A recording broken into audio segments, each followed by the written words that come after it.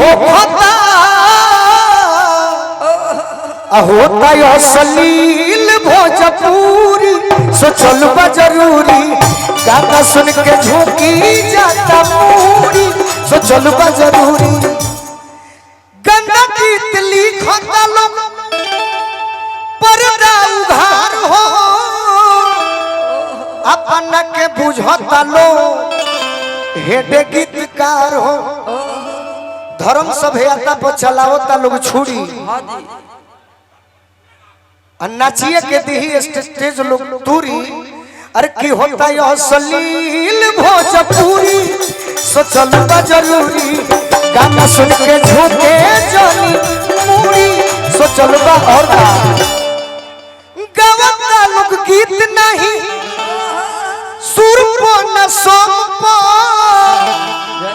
चलत प्रोग्राम बाटे खाली नचनियन के दम अगर बात अच्छा लगे तो ताली बजा दी पेनहता लोग साड़ी लेडीज पेनहता लोग चूड़ी बनता लोग लेडीज साड़ी पेनहता लोग चूड़ी कूदिए के लगी स्टेज दे लोग तुरी अरे की होता है असलील भोजपुरी सोचल बा जरूरी होता है असलील और का हाल नहीं जाने के हूँ कथा पर सॉन्ग के करता लोग बड़ाई बस स्त्री के अंग के जखम जितेंद्र के भइल मजबूरी चाहे ले बनावल गोलू कचड़ा से दूरी अरे की हो खाता चले के अरे की होता है असलील भोजपुरी सोचल बा जरूरी होता है असलील भोजपुरी सोचल बा जरूरी होता है असलील भोजपुरी सोचल बा जरूरी गाना भूल जाता पूरी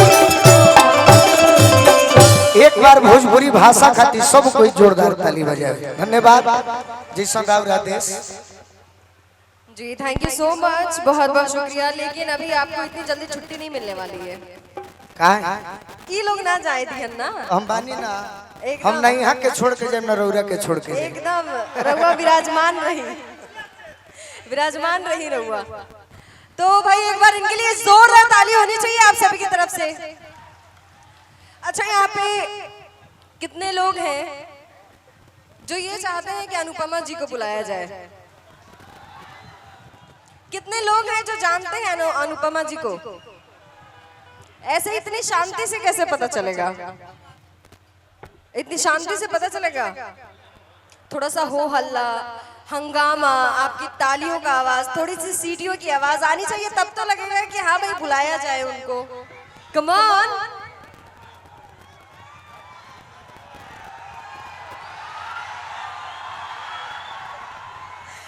ये हुई बात, ये मतलब पता चलना चाहिए कि हाँ भाई बिहार में है, तो बुलाया जाए अनुपमा जी को। क्या बोलती है पब्लिक? बुलाया जाए? तो चलिए एक बार जोरदार ताली होनी चाहिए आप सभी की, और आपकी जोरदार तालियों के बीच मैं इनवाइट करना चाहूंगी बिना वक्त जाया करते हुए आप सबकी अपनी चहेती हमारी भोजपुरी फिल्म इंडस्ट्री की superstar singer miss Anupama Yadav ji को। कम ऑन एवरीवन, एक बार जोरदार ताली होनी चाहिए आप सभी की तरफ से।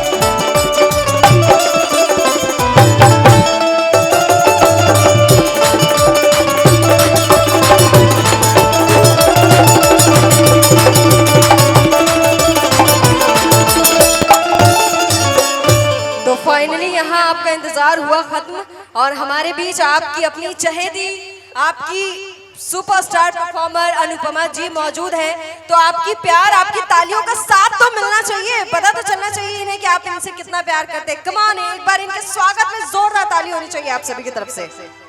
और चलिए अनुपमा जी की आवाज में कुछ परफॉर्मेंस आप सभी के नाम। हेलो हेलो, सबसे पहले आज सिंहासनी महोत्सव के इस प्रांगण में जितने भी लोग उपस्थित हैं सभी को मैं अनुपमा यादव इस मंच के माध्यम से प्रणाम करती हूँ और चाहूंगी कि एक छोटी सी ताली बजा के एक बार दोबारा हम सभी कलाकारों को एक बार पुनः आशीर्वाद आप सभी दे दीजिए। यहाँ पे हमारे विधायक जी प्रेम शंकर यादव जी उपस्थित हैं। कहाँ बनी अमृतनी? अरे प्रणाम, बड़ा तारीफ सुन रहे थे पीछे भी, अब भैया भी बहुत तारीफ किए। और जितने भी लोग एडीएम, एसडीओ, एसडीपीओ, टीओ, हमारे श्रीकांत जी, सब लिस्ट हम लिख के लेके आए, किसी का नाम छूटना नहीं चाहिए, है ना। तो जितने भी लोग उपस्थित हैं सभी को मैं इस मंच के माध्यम से प्रणाम करती हूँ। और आइए ज्यादा समय न लेते हुए, क्योंकि फिर अभी साथ में भी तड़का लगने वाला है, तो उसका समय का ध्यान रखते हुए आइए एक बार प्रेम से बोल दीजिए सच्चे दरबार की। और मुझसे कहा गया है कि एक राधा कृष्ण का भजन रखने के लिए, तो आज की शुरुआत उसी से करते हैं। बड़ा प्यारा, मेरा भी बहुत पसंदीदा है।